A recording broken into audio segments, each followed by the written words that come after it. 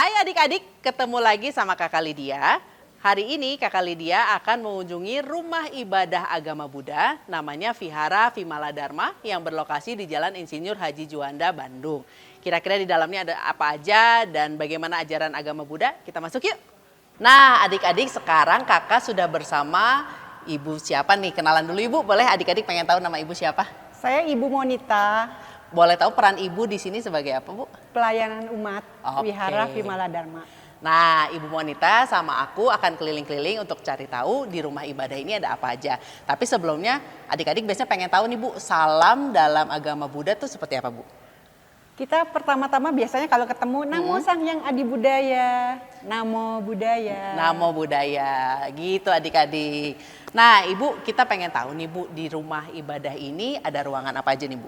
Ini adalah ruang bakti sala utama. Oke, ini jadi tempat ibadahnya di sini Bu? Jadi kita selalu beribadah di sini.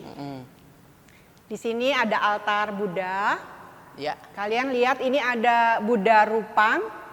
Buddha Rupang ini dari Myanmar. Dari Myanmar, oke. Jadi kalau kalian melihat banyak sekali Buddha Rupang yang berbeda-beda, itu nggak apa-apa. Karena setiap negara karya seninya berbeda-beda. Kalau kalian lihat di Thailand agak ada lancip ya. Kalau di Indonesia kita lihat di Candi Borobudur berbeda. Itu karena hasil karya dari seniman-senimannya. Oh. Nah, adik-adik kita sudah berada di depan altar dari rumah ibadah ini. Bu, boleh tolong jelasin nggak ke adik-adik ini ada apa saja dan kenapa bentuknya seperti ini? Di sini saya jelaskan ada bunga, ada air, ada pelita atau kadang-kadang suka ada lilin.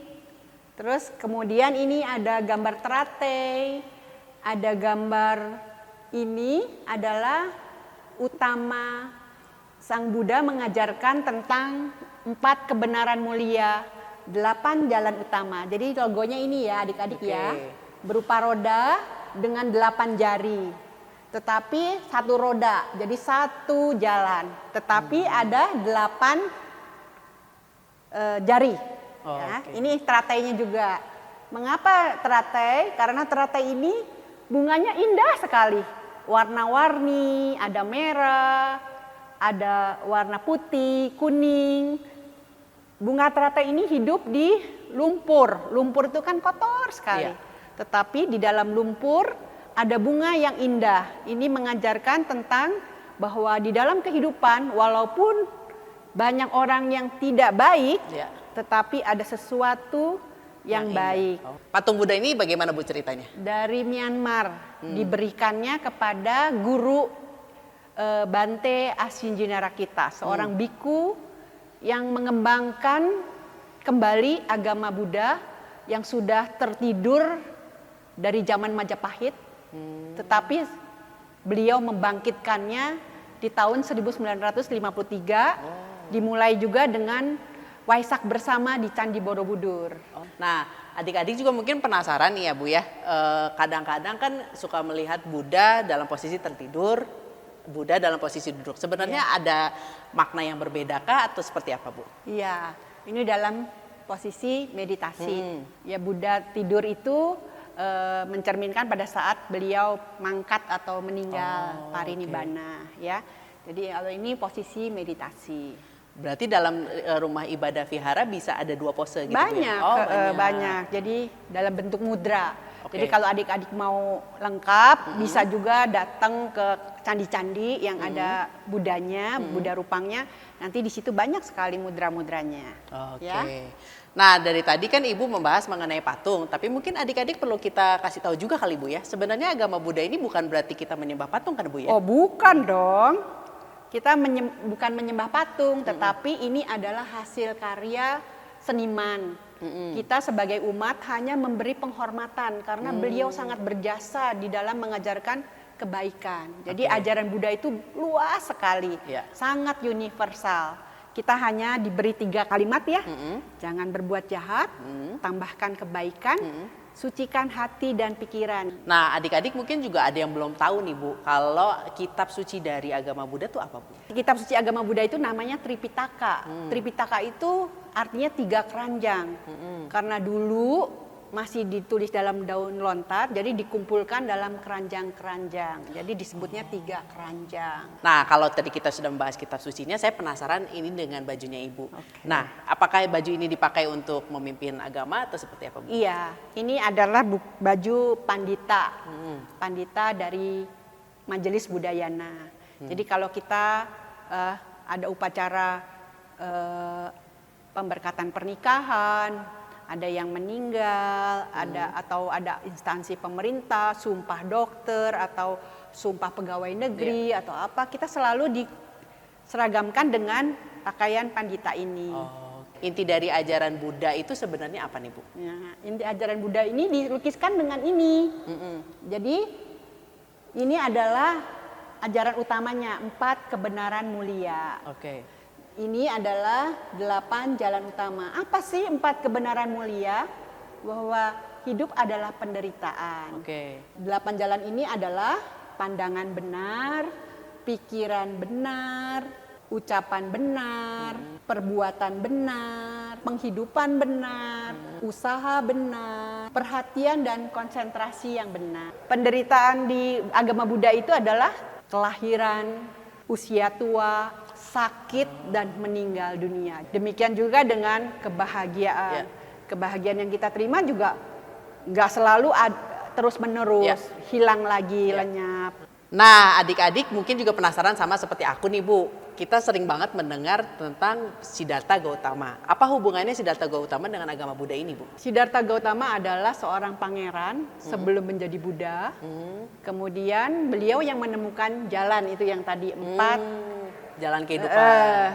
Jalan 4 kecintaan mulia, 8 jalan. Nah, adik-adik, kalau Kalidia ngelihat di sini ada bunga nih. Nah, aku mau nanya dulu sama Ibu. Bu Monita, bunga-bunga ini apakah ada arti khusus atau memang harus begini bagaimana? Bunga itu adalah lambang ketidakkekalan.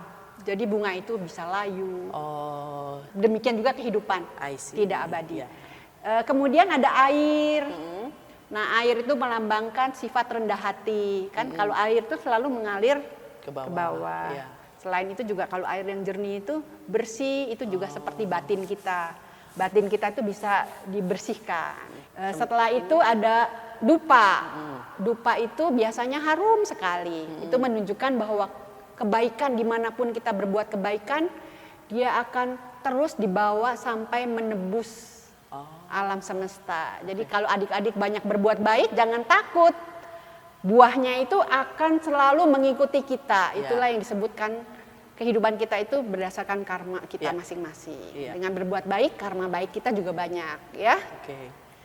Nah, ini yang ada minyak dan lilin. Ini juga ada artinya sebenarnya. Artinya apa nih Bu?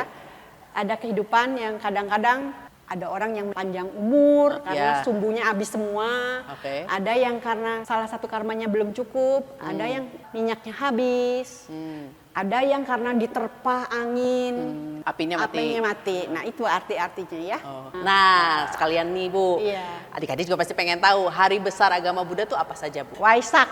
Yang kemarin baru kami rayakan. Waisak itu mengenai apa Bu? 3 peristiwa penting yaitu kelahiran, terus kemudian Pangeran Siddhartha mencapai penerangan, dan kemudian Pangeran Siddhartha parinibbana atau mangkat. Nah, adik-adik kalau datang ke vihara di sini ada relief tembaga yang menceritakan jalan hidup Buddha kan? Dari kiri itu tentang kelahirannya. Jadi beliau adalah seorang raja karena melihat ada 4 peristiwa, yaitu orang sakit, orang meninggal, usia tua, dan seorang Brahmana atau petapa. Jadi beliau merenungkan, kenapa bisa ada seorang petapa, mengapa ada orang tua, mengapa ada orang sakit. Akhirnya beliau meninggalkan istana dan memotong rambutnya. Pada saat beliau pertama kali menyelesaikan meditasinya, kemudian memperoleh penerangan, beliau mengajarkan kepada 5 orang petapa. Itu, Yang pertama, ada seorang wanita, yaitu Sujata yang memberi dana makanan kepada beliau. Kemudian yang paling bawah yang rame Yang itu yang 120. mangga puja yang 1250 1200. biku yang datang. Kemudian Oh, dan itu memang ada bulan purnama ya Bu ya? Iya. Oh, betul. Kalau yang di sebelah sana, tentang alam kehidupan. oh jadi bukan mengenai Siddhartha Gautama lagi? Iya, karena beliau sudah bisa menemukan jalan. Oh, oke. Jadi beliau menemukan kenapa manusia itu menderita. Jadi beliau bisa melihat kehidupan beliau sebelumnya dengan memperoleh satu pengetahuan tentang kehidupan, yaitu di sini dijelaskan tentang 32 alam. 32 alam, oke. Oke. Maaf nih Bu, ini di bawahnya ada naga, Iya. itu adalah simbol-simbol apa, Bu? Simbol-simbol. Oh, hanya simbol saja. Ya, jadi kalau dalam agama Buddha semuanya ya, nggak cuman manusia, tetapi di alam-alam Brahma, alam-alam tinggi, para dewa dan naga juga mendengarkan ajaran Buddha. Oh. Jadi bukan kita manusia aja. Iya, iya, iya. Kondisi kita di alam manusia ini adalah yang paling baik karena kita bisa membedakan antara yang baik dan yang jahat. Nah tadi berkaitan dengan yang sebelumnya reliefnya Sang Buddha di Potong potong rambutnya. rambutnya. Apakah memang itu yang terjadi ketika biku menjadi pemimpin agama perlu dipotong rambutnya? Oh, Atau berbeda? Jadi seorang biku biasanya itu tidak punya rambut. Memotong rambutnya itu hanya untuk menghindari kemelekatan. Jadi tidak ini dengan badan jasmani, Iya, tidak iya. terikat dengan badan jasmani harus cantik, harus apa. Jadi beliau tidak. Biku itu laki-laki dan perempuan atau gimana? Ya, Bu? Jadi bisa laki-laki atau bisa perempuan? Jadi di dalam kehidupan itu ada dua jalan. Kalau sebagai manusia kita bisa memilih untuk hidup berumah tangga atau memilih menjadi seorang biku atau bikuni kalau perempuan ya. Jadi biku laki-laki, bikuni perempuan dan dua-duanya sama-sama dipotong rambutnya. Nah saya juga suka baca mengenai tidak makan daging. Apakah itu sebuah bagian ajaran agama atau gimana Bu? Jadi tidak semua di dalam wihara, terutama di wihara Vimala Dharma kita tidak makan daging ya. Jadi bervegetarian. Jadi itu bentuk latihan diri. Oke. Kalau adik-adik ketemu di wihara lain boleh makan daging, itu nggak apa-apa karena memang wihara itu banyak aturannya. Oke. Ya, jadi untuk wihara Vimala Dharma, Iya. wiharanya tidak makan daging. Oh. Kalau di dalam agama Buddha itu ada praktek 5 sila. Jadi adik-adik juga bisa mempraktekkan 5 sila. Satu, berusaha untuk menghindari pembunuhan. Oke, Kedua, menghindari perbuatan mengambil barang Oke. atau mencuri. Pembunuhan, Mencuri waktu mencuri juga waktu. nggak boleh Oke. ya. Kalau telat-telat datang mencuri waktu Oh, juga jangan nggak boleh. telat tadi. Yang ketiga, menghindari perbuatan asusila. Oke. Yang keempat, menghindari kata-kata atau ucapan yang tidak benar, berbohong. Nah, yang kelima, menghindari makanan, minuman yang menimbulkan ketagihan atau memabukkan. Oh, Contohnya ya. narkoba. Ya, ya. Adik-adik pakai HP juga, HP-an, terus game, terus itu juga ketagihan. Ketagihan. Jadi nggak Nggak boleh boleh. ya. Mudah-mudahan 5 sila ini bisa kita praktekkan di dalam kehidupan sehari-hari, ya. Nah, adik-adik, Kakak Lydia bersama Ibu tadi sudah menjelaskan di ruang ibadah yang besar. Nah, tapi di vihara ini ternyata ada satu ruangan lagi nih. Dan ini adalah ruangan dengan patung-patung Dewi Kuan Im. Boleh Iya. dijelasin nggak Bu, ini ruang untuk apa dan Dewi Kuan Im itu apa? Nah, Dewi Kuan Im itu adalah salah satu bodhisatwa yang di agama Buddha, Mahayana, ini adalah calon Buddha. Jadi makanya calon Buddha disimbolkan dengan, Dewi Kuan Im itu disimbolkan dengan banyak tangan.